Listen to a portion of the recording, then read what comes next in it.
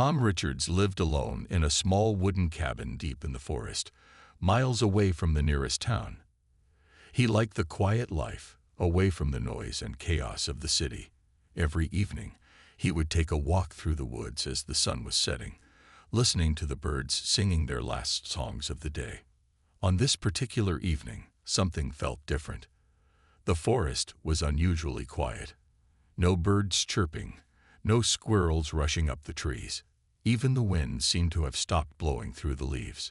Tom felt a strange sensation in the air, like the calm before a storm. As he walked further along his usual path, he noticed a faint blue glow coming from behind a large oak tree. Curious, he moved closer. What he saw made him freeze in his tracks. There, huddled against the massive trunk of the tree, were two figures unlike any he had ever seen before.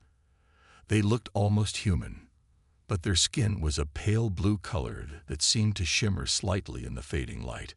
Their eyes were large and almond-shaped, with no visible pupils, just a deep violet color that somehow managed to express fear and exhaustion. One of the creatures was clearly hurt, holding what appeared to be an injured arm against its chest. The other one was hovering protectively over its companion, looking up at Tom with a mixture of fear and defiance. "Hello," Tom said softly, not wanting to frighten them more. "Are you okay?" The uninjured one made a series of musical sounds that Tom couldn't understand. It then pulled out a small disc-shaped object from a pocket in its strange, tattered clothing. The device glowed briefly before a mechanical voice came from it. "Please, no harm. Help sister. Hurt. Hungry." Tom's heart raced. Aliens. These had to be aliens. Real, actual beings from another world. His mind spun with the implications, but one thing was immediately clear. They needed help. "I won't hurt you," Tom said, holding up his empty hands to show he meant no harm. "My home is close. I can help." The translator device hummed again. "Why help? Not your kind." Tom shrugged. "You're hurt and hungry. That's all I need to know." Slowly, he approached and knelt beside them. Up close, he could see that their clothing was made of a material he couldn't identify, torn in several places. The injured one had a deep cut on her arm that was leaking the silvery blue fluid, their version of blood, he guessed. "Can you walk?" he asked, looking at the uninjured one. The creature nodded, a surprisingly human gesture. Together, they helped the injured one to her feet. Tom noticed they were lighter than they looked, almost fragile. As they made their slow way through the darkening forest toward his cabin, Tom's mind raced with questions. Where did they come from? How did they get here? What did they want? But those questions could wait. Right now, these beings, whatever they were, needed food, shelter, and medical attention. When they finally reached his cabin, Tom switched on the lights. The aliens flinched at the sudden brightness, but then looked around with obvious curiosity. "I'm Tom," he said, pointing to himself. "What should I call you?" The device translated his words, and the uninjured alien responded with musical tones that became words through the translator. "I am Lyra. This is Mira. We are sisters. We thank you, Tom of Earth." Tom nodded and smiled, trying to hide his shock and excitement. This ordinary day had just become the most extraordinary day of his life. Tom gently helped Mira, the injured sister, to sit on his worn but comfortable couch. Her silvery blue blood had stopped flowing, but the cut on her arm still looked bad. Lyra hovered nearby, her large violet eyes never leaving her sister. "Let me get my first aid kit," Tom said, hurrying to the bathroom. When he returned with the white box of medical supplies, Lyra stepped between him and Mira, making a series of musical chirps that sounded worried. The translator device spoke. "Our body's different. Your medicine may harm." Tom nodded, understanding their concern. "I'll just clean the wound and bandage it. No medicine, I promise." Lyra considered this, then stepped aside. As Tom cleaned Mira's wound with warm water, he noticed how her skin felt smooth but firm, almost like polished stone. yet it was warm to the touch. The cut wasn't as deep as he had feared. "Are you hungry?" Tom asked when he finished wrapping Mira's arm in a clean bandage. Both sisters nodded eagerly. Tom went to his small kitchen and looked through his cupboards. "What do you feed aliens?" He decided simple was best and pulled out bread, cheese, some apples, and a jar of honey. When he brought the food to the coffee table, the sisters stared at it with obvious curiosity. Lyra picked up an apple, turning it in her hands. "This grows from Earth?" she asked through the translator. "Yes, from trees," Tom replied, "like the ones in the forest."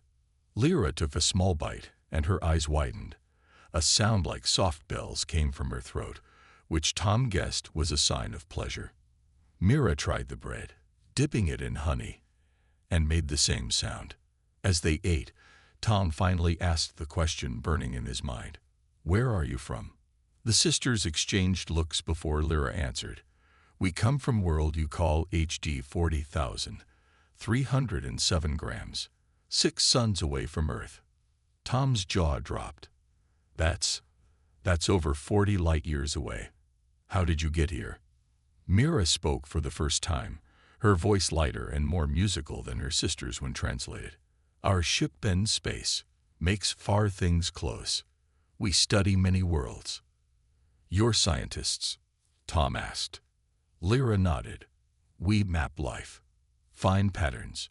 Your world has much life, much variety." "What happened to your ship?" Tom asked, offering them more bread. "Crashed in mountains," Lyra explained, pointing north. "Hit strong storm in upper air. Ship damaged.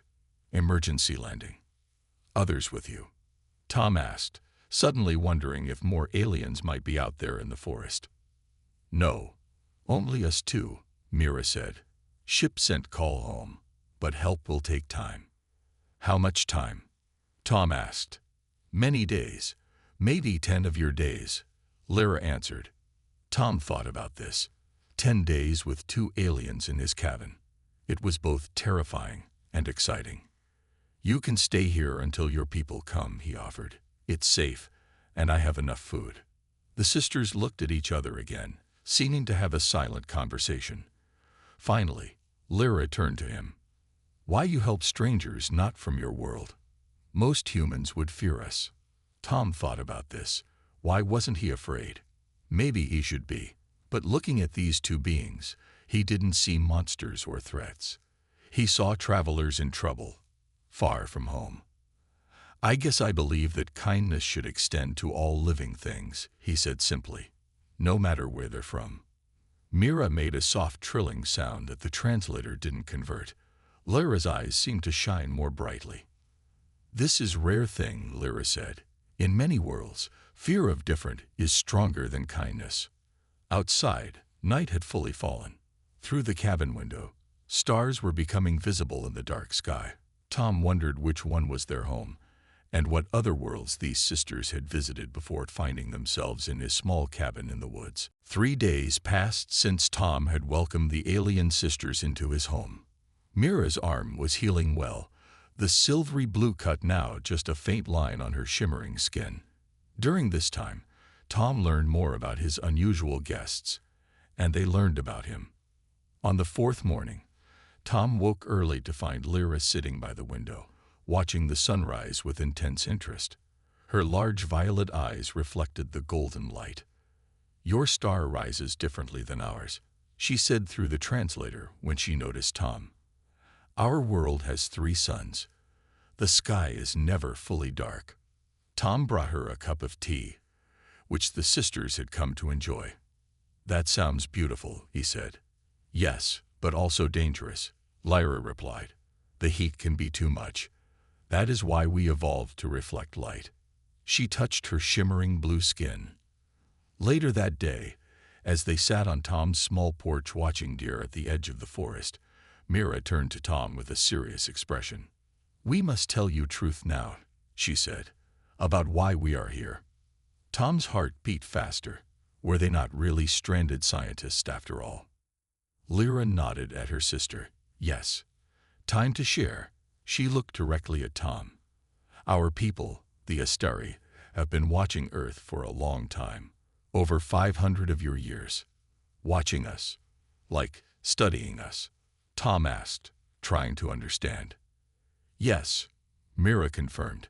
We have ships that can hide in your skies, in your oceans. We study how humans live, how they think. Tom felt a chill run down his spine, despite the warm afternoon. Are there many of your people here now? No, Lyra said.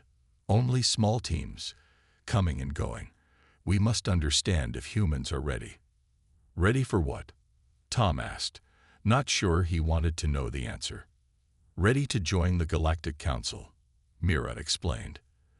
There are 17 intelligent species who work together, share knowledge, help each other grow. Tom's mind reeled at this revelation. Not just one alien species, but 17. Earth is at turning point, Lyra continued. You have technology to destroy yourselves, but also wisdom to reach stars. Council must decide if humans should be contacted. And that's why you're here. To decide if we're worthy. Tom couldn't keep a slight edge from his voice. Mira shook her head. Not to judge worthiness. To understand readiness. Big difference. Our crash was real, Lyra added quickly. Not planned. But it gives us chance to know at least one human better. Tom stood up and walked to the edge of the porch, trying to process everything. The sisters watched him silently. Finally, he turned around. So what have you learned about us so far? Lyra's expression softened. Humans are complex. You fight terrible wars, but also create beautiful art. You destroy forests, but some of you work to save them. You are capable of great cruelty, but also great kindness. Mira finished, looking at Tom meaningfully. Tom understood then. His simple act of helping two strangers in the woods was being weighed as evidence for all of humanity. I'm not special, Tom said. Many humans would have done what I did. Would they? Lyra asked, genuinely curious. Your history suggests fear of different is very strong in humans. Tom couldn't argue with that. He thought about how some people would react to aliens, with fear, with weapons, with hatred of the unknown. Not all of us are the same, he said finally. Some would be afraid, yes, but many would offer help, just like I did. As the sun began to set, casting long shadows across the forest, Mira stood up and placed a gentle hand on Tom's shoulder. Tomorrow, we show you something important, she said. Something no human has seen before. That night, Tom could hardly sleep. Outside his window, the stars seemed different now, knowing they held worlds with living, thinking beings. Worlds that were watching, waiting to see if Earth was ready to join them. The next morning dawned clear and bright. Tom found both sisters sitting cross-legged on the floor of his living room, their eyes closed, making soft humming sounds that seemed to vibrate the air around them. Sorry, Tom said, backing away. I didn't mean to interrupt. Lyra opened her eyes. No interruption. We were just sharing memories of home.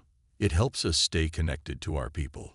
After a simple breakfast of oatmeal, which the sisters now enjoyed with honey and berries, Mira stood up with determination. Today we must build calling device, she announced, to send better message home. I thought you already sent a distress call, Tom said, confused. Basic emergency signal only, Lyra explained. Now we need to send more information. She hesitated before adding, about you. Tom felt a flutter of nervousness. What about me? That you helped us. That you show the better nature of humans, Mira said. This information is important for council decision. Lyra reached into a hidden pocket in her clothing and pulled out a small crystal that glowed with a soft blue light. We need materials from your home to build amplifier. Will you help? Tom nodded. What do you need?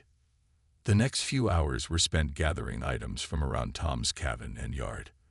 The sisters asked for copper wire from his tool shed, pieces of quartz from his small rock collection, and, most surprisingly, the motors from his old blender and electric can opener. You're going to call across space with kitchen appliances? Tom asked, watching as they carefully took apart his blender on the kitchen table. Mira made a sound like soft laughter. Technology is not about how things look, but how energy flows. Your simple devices have parts we can use.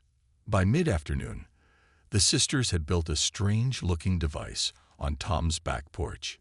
It consisted of the crystal at the center, surrounded by a circle of copper wire, with the motors and quartz pieces arranged in a pattern that made no sense to Tom but seemed perfectly logical to Lyra and Mira. "Now we need power," Lyra said, pointing to Tom's outdoor electrical outlet. "Is it safe?" Tom asked, concerned about both his cabin's wiring and whatever message they were about to send.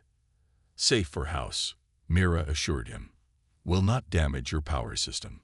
"That's not quite what I meant," Tom said. "What exactly are you telling your people about Earth?" "About me?" The sisters exchanged looks before Lyra answered. "We tell truth, that our ship crashed, that we met a human who showed kindness without fear, that he shares food and shelter without asking payment, and we ask council to consider this when they vote," Mira added. "Vote on what?"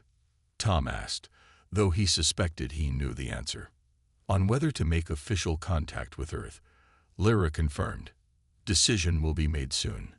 Tom felt the weight of responsibility settling on his shoulders. Somehow, his simple act of helping two strangers in the woods had put him at the center of a decision that could change human history forever.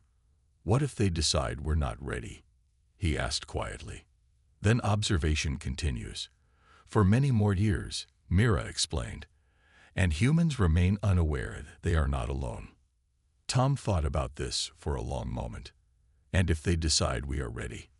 Lyra's eyes seemed to glow brighter. "Then everything changes." Tom took a deep breath and plugged the strange device into his outdoor outlet. Immediately, the crystal at the center pulsed with intense light, and a high-pitched sound filled the air. The copper wire began to glow, and the quartz pieces vibrated so rapidly they became blurry. The sisters began to sing in their musical language, their voices blending with the sound of the device. Tom watched in awe as the light from the crystal shot upward in a thin beam that disappeared into the blue sky above. After exactly 3 minutes, the light faded, and the sisters stopped singing. "It is done," Lyra said simply. "How long until they respond?" Tom asked. Mira looked up at the sky. "Before next sunrise. They will come themselves." "They? Who's coming?" Tom asked, his heart racing. "The council representatives," Lyra said. "They will want to meet the human who has given them hope for this world." Tom barely slept that night. He kept going to the window, looking up at the stars, wondering which one might now have a ship heading toward Earth, toward his small cabin in the woods. The sisters seemed calm, spending most of the evening in quiet conversation with each other in their musical language. At dawn, Tom made coffee with shaking hands. Lyra appeared in the kitchen doorway, her blue skin catching the early morning light. "They are close now," she said simply. "How do you know?" Tom asked. Lyra touched a spot on the side of her neck where Tom could see a small glowing mark he hadn't noticed before. "We can feel them. All Asteri are connected this way." Mira joined them, looking stronger than she had since Tom found them. "We must go to clearing," she said. "Half-mile west. Better landing place." Tom swallowed hard. Will they look like you?" "Some similar, some different," Lyra explained. "Council sends different kinds of representatives." As they walked through the woods, Tom's mind raced with questions. How many aliens, representatives, are coming? 3 only, Mira said. "Small ship, quiet arrival." "Will anyone else see them?" "Radar, satellites." Tom worried about government response, about men in black suits swarming his property. "No," Lyra assured him. "Our technology hides ships from your detection systems, has done so for centuries." When they reached the clearing, the morning sun was fully up, casting golden light across the meadow. Birds sang in the trees, and a rabbit hopped unhurriedly across their path. Everything seemed so normal, yet Tom knew nothing would ever be normal again. How long until, he began, but stopped as he felt a strange pressure in his ears. The air in the center of the clearing seemed to ripple, like heat waves off hot pavement. Then, silently, a shape appeared. It wasn't large, maybe the size of a small bus, and its surface shifted colors subtly, reflecting the surrounding forest. The ship had no visible windows or doors, just a smooth, oval shape that seemed to absorb light. "They are here," Mira whispered, her voice filled with respect. A seam appeared in the side of the craft, widening into an opening. Light spilled out, not bright but somehow deep, like looking into clear water. 3 figures emerged. The first 2 looked similar to Lyra and Mira, tall with blue shimmering skin and large violet eyes. But they wore elaborately patterned clothing that seemed to move on its own, changing colors and designs as they walked. The third figure made Tom's breath catch. It was taller than the others, with skin that was more green than blue. Instead of 2 arms, it had 4, each ending in delicate, long-fingered hands. Its head was elongated, and its eyes, 3 of them, were arranged in a triangle pattern. All 3 beings walked toward Tom and the sisters. Lyra and Mira immediately dropped to one knee, bowing their heads. After a moment's hesitation, Tom did the same. "Rise, friends," said a voice in perfect English. It was the green being who had spoken, though its mouth, a small vertical slit, barely moved. Tom stood shakily. "Welcome to Earth," he said, then almost laughed at how inadequate the words seemed. The tallest blue being stepped forward. "I am Ilara, High Counselor of the Asteri delegation. These are my colleagues, Counselor Turan and Counselor Drax of the Melivan worlds." The green being nodded at the mention of its name. "We have reviewed the reports sent by our researchers," Ilara continued, looking at Lyra and Mira, who stood with their heads bowed. "And we wished to see for ourselves the human who showed such compassion to our people." Tom felt his face grow warm. "I just did what anyone would do." Counselor Drax made a sound like water flowing over stones. "Not anyone. Not everyone. Many would fear the unknown. Attack what they do not understand. That is why what you did matters," Counselor Turan added. "Small acts reveal true character." Ilara stepped closer to Tom, studying him intently. "For 300 years, we have debated whether humans were ready to join the wider community of worlds, whether your species had evolved enough to handle the knowledge that you are not alone." Tom's heart pounded in his chest as Ilara reached out and gently touched his shoulder. "Today, because of your kindness to our lost sisters, that debate ends," Ilara said. "The Council has voted. Earth will be welcomed." Tom stood frozen in the clearing, trying to process Ilara's words. Earth would be welcomed. Into what? And why was he at the center of this world-changing decision? "I don't understand," he finally managed to say. "Why me? I'm nobody special." Counselor Drax moved forward, his 4 arms moving in graceful patterns as he spoke. "That is precisely why you were the perfect test. Not a world leader, not a famous person, just an ordinary human whose first instinct was kindness, not fear." Ilara nodded in agreement. "Our studies show that true character of a species is best seen in ordinary moments, not grand speeches or written laws." Tom ran a hand through his hair, overwhelmed. So finding Lyra and Mira was a test. "You crashed their ship on purpose." "No," Mira said quickly. "Crash was real accident. But what happened after, how you responded, became important data. We have had many encounters with humans over centuries," Turan explained. "Most ended in fear, some in violence. We began to wonder if your species would ever be ready." Lyra stepped forward. "We owe you truth now, Tom. Our mission was scientific research only. But when you helped us, Council took special interest." Ilara raised a hand, and a small object appeared floating above her palm. It was a crystal similar to the one the sisters had used in their communication device, but this one pulsed with multiple colors. "We come with an offering," Ilara said. "Knowledge that could help your world solve its greatest problems." The crystal spun slowly, projecting images in the air, clean energy systems, medical devices Tom couldn't begin to understand, and farming methods that seemed to make crops grow in barren soil. These are just small examples, Drax explained. The crystal contains information that could end energy shortages, cure diseases, and feed all your people. Tom stared at the beautiful floating object. Why not give this directly to our governments? Our scientists. Toran made a sound like gentle laughter. History shows that when advanced technology is given to centralized powers, it often becomes weapon or tool of control. We need bridge between our worlds, Ilara continued. Someone who understands value of helping others without seeking power. Someone trustworthy. Tom suddenly understood. You want me to be that bridge. All three council members nodded in unison.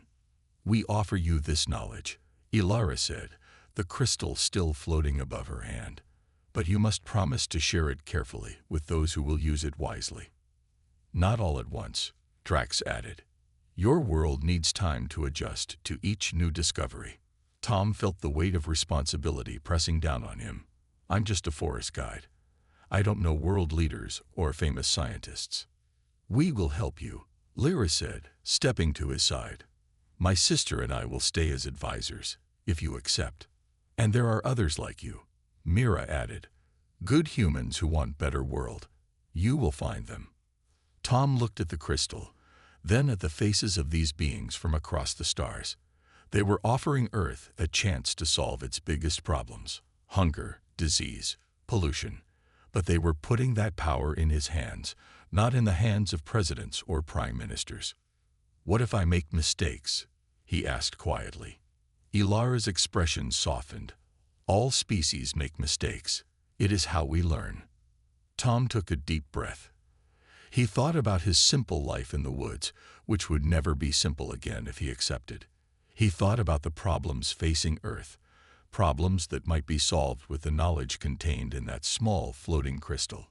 I accept, he said finally. I'll do my best to be the bridge you need. Ilara nodded and gently took Tom's hand, placing the crystal in his palm. It felt warm and seemed to pulse in time with his heartbeat. Tomorrow, she said, we begin preparing you for your new role. But tonight, we celebrate new friendship between our worlds. As the sun began to set over the clearing, Tom realized that his act of kindness to two starving aliens had just changed the course of human history. 1 year had passed since that fateful day in the clearing. Tom sat on the porch of his cabin, which no longer looked quite the same. Solar panels that were far more efficient than anything made on Earth covered the roof. A small greenhouse built with Asteri technology grew plants from both worlds. The cabin itself had been expanded to accommodate Lyra and Mira, who had become his constant companions and guides. Are you ready for today's meeting?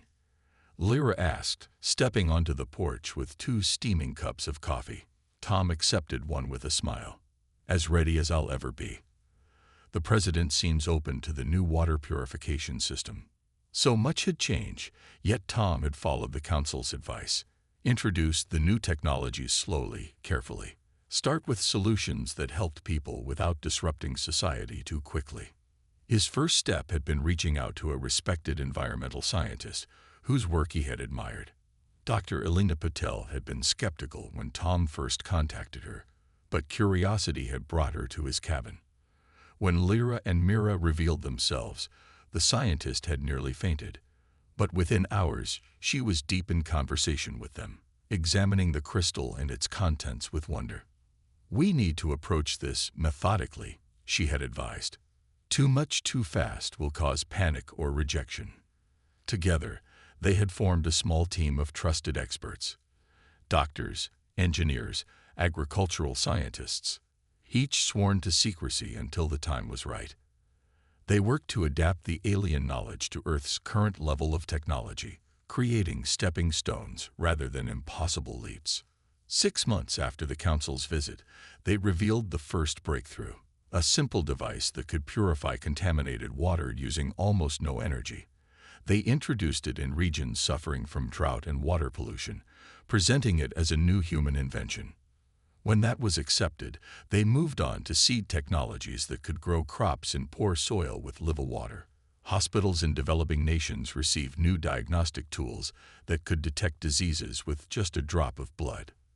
Each innovation was carefully documented as coming from a research collective, led by Dr. Patel, with Tom staying in the background. Few knew the truth about where these ideas really originated. "The council is pleased with our progress," Mira said, joining them on the porch. "Ilara sends her regards. She will visit next month to discuss the next phase." Tom nodded, watching the sunset. He rarely had quiet moments anymore. His days were filled with meetings, demonstrations, and careful planning. Sometimes he missed his simple life, but then he would receive news about a village with clean water for the first time, or children recovering from diseases that would have killed them a year ago. "Do you ever regret it?" Lyra asked softly, seeming to read his thoughts. Accepting the crystal, Tom shook his head. "Never. But I do wonder sometimes, what if I hadn't gone walking in the woods that evening? What if I had taken a different path?" Mira made the musical sound that Tom now recognized as laughter. "The council believes some meetings are destined to happen. Perhaps the universe itself brought us together. Or simple chance," Lyra added. "Either way, the result is the same. Two worlds meeting through an act of kindness." As darkness fell, lights came on automatically around the cabin, powered by energy systems that drew power from sources humans had never tapped before. Tomorrow would bring another meeting with world leaders who were gradually being introduced to the truth. The month after that, a carefully planned public announcement about first contact with an alien civilization. It would be presented as a new development, though the Asteri had been watching Earth for centuries. The full truth would come later, when humanity was ready. Tom looked up at the stars, no longer distant mysteries but the homes of friends. His simple act of helping two hungry strangers had opened a door that could never be closed, a door to a better future for all of humanity. "The best changes start small," he said, repeating the Asteri wisdom Ilara had shared with him. "A single act of kindness can transform a world." Lyra and Mira nodded in agreement, their eyes reflecting the starlight as the three friends sat together, bridging two worlds that once seemed impossibly far apart.